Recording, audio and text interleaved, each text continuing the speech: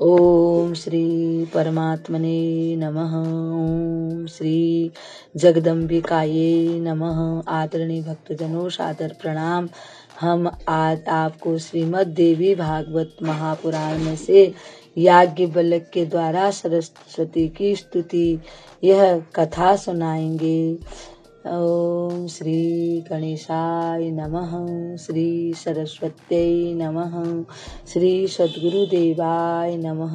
भक्तजनों, एक बार भगवान नारायण नारद से कहते हैं कि हे नारद, प्राचीन काल की बात है। याज्ञवल्क्य एक प्रसिद्ध मुनि थे। उन्होंने भगवती सरस्वती की उपासना की और उनकी स्तुति की। ज्योति स्वरूपा महामाया के उन्हें दर्शन हुए। देवी ने उन्हें आशीर्वाद दिया, तुम विख्यात कवि बनो। भगवान नारायण ने कहा, नारद, भगवती सरस्वती वैकुंठ में भगवान श्री हरि के पास रहती हैं। एक बार गंगा ने इन्हें श्राप दे दिया था। इस कारण ये भारतवर्ष में अपनी एक कला से पधारी।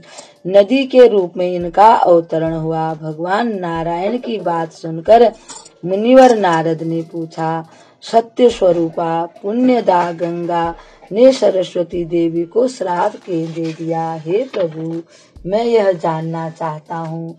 भगवान बोले, हे नारद, यह प्राचीन कथा है, तुम्हें बताता हूँ।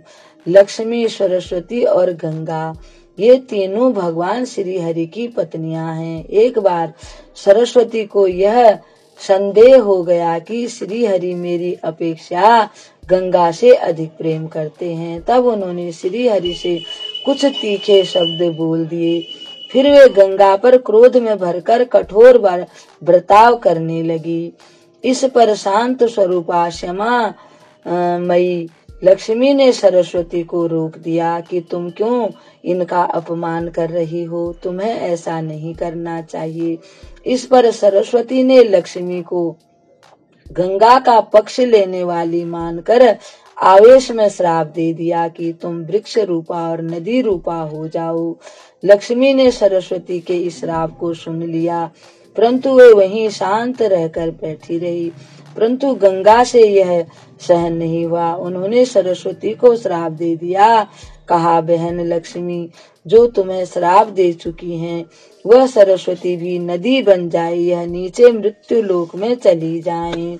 नारद, गंगा की यह बात सुनकर सरस्वती ने भी गंगा को श्राप दिया कि तुम्हें भी मृत्यु लोक में जाना होगा। इतने में भगवान श्री हरि भी वहां आ गए। देवियों के कलह और श्रापों को सुनकर प्रभु ने समय के अनुसार बात कही। श्री हरि बोले, लक्ष्मी, तुम अपनी कला से राजा धर्मध्वज के घर पधारो। शंखचूड़ नामक असुर मेरे अंश से पैदा होगा, तुम उसकी पत्नी बन जाना। तत्पश्चात तुम्हें मेरी भार्या बनने का सौभाग्य प्राप्त होगा। भारतवर्ष में त्रिलोक पावनी तुलसी के नाम से तुम्हारी प्रसिद्धि होगी। अभी तो तुम भारती के श्राप के कारण भारत में पद्मावती नामक नदी बनकर पहुँचो। उसके बाद भगवान श्री हरि ने गंगा से कहा, गंगे, तुम सरस्वती के श्रापवश अपने अंश से पापियों का पाप भस्म करने के लिए विश्व पावनी नदी बनकर भारतवर्ष में जाना।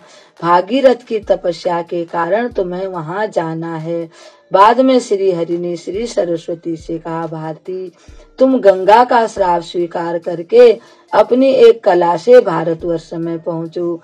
अब भगवान श्री हरि बोले, अहो, विभिन्न स्वभाव वाली 3 स्त्रियों, 3 सेवकों और 3 बंधुओं का एक साथ रहना वेद की अनुमति के विरुद्ध है। ये एक जगह रहकर कल्याण करने वाले नहीं हो सकते। इसलिए हे गंगे, तुम शिव के पास जाओ और सरस्वती, तुम ब्रह्मा जी के पास चले जाओ। यहाँ मेरे पास केवल लक्ष्मी ही रहेंगी। भगवान नारायण ने नारद जी को बताया। इसके बाद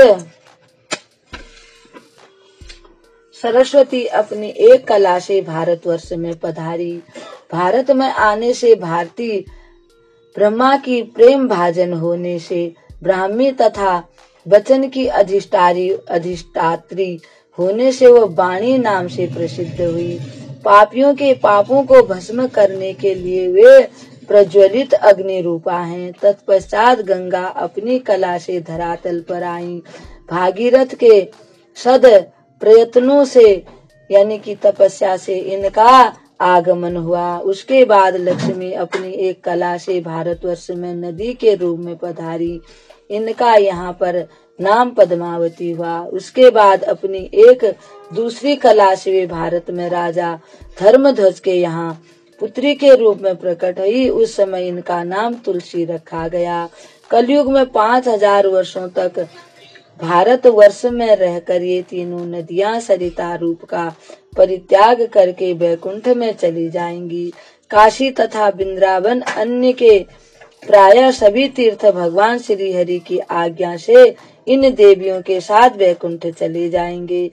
श्री हरि ने कहा, नारद, कलयुग के मनुष्य अश्लील भाषी, धूर्त, मक्कार और असत्य बोलने वाले होंगे। देव भक्तों में नास्तिकता प्रवेश कर जाएगी। नगरवासी हिंसक, निर्दयी तथा मनुष्य धारी यानी झूठ मूठ का ढोंग करने वाले होंगे। इस प्रकार जब अच्छे रूप से कलयुग आ जाएगा तब समस्त पृथ्वी पर मलच्छे छा जाएंगे। तब विष्णु यशा के नाम के एक ब्राह्मण के घर उनके पुत्र के रूप में भगवान कल्कि प्रकट होंगे।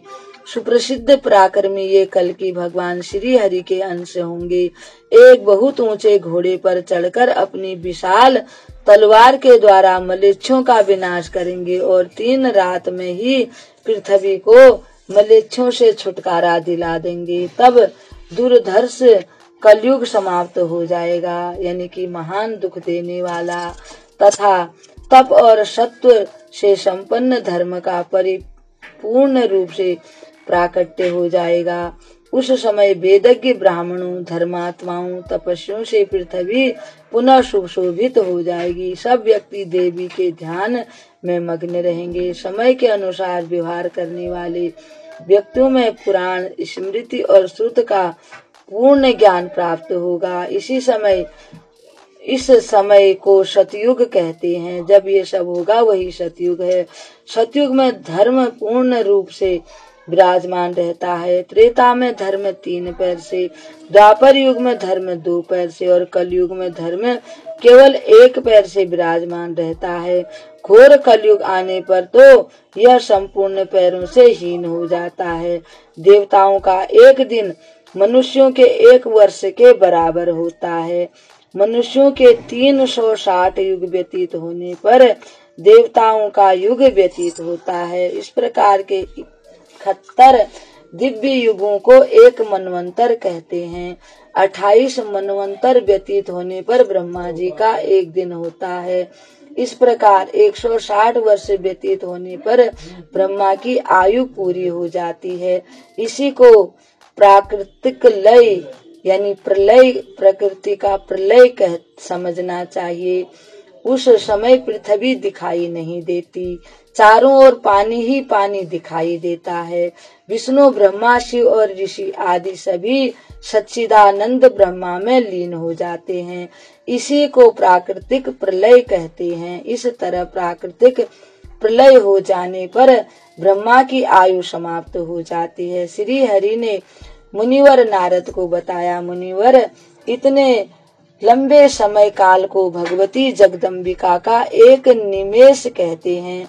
इस प्रकार देवी के एक निमेष में संपूर्ण संसार और अखिल ब्रह्मांड नष्ट हो जाता है। फिर भगवती के निमेष मात्र से इस सृष्टि के क्रम से अनेक ब्रह्मांडों का निर्माण होता है। इस प्रकार सृष्टि बनती और प्रलय होती रहती है।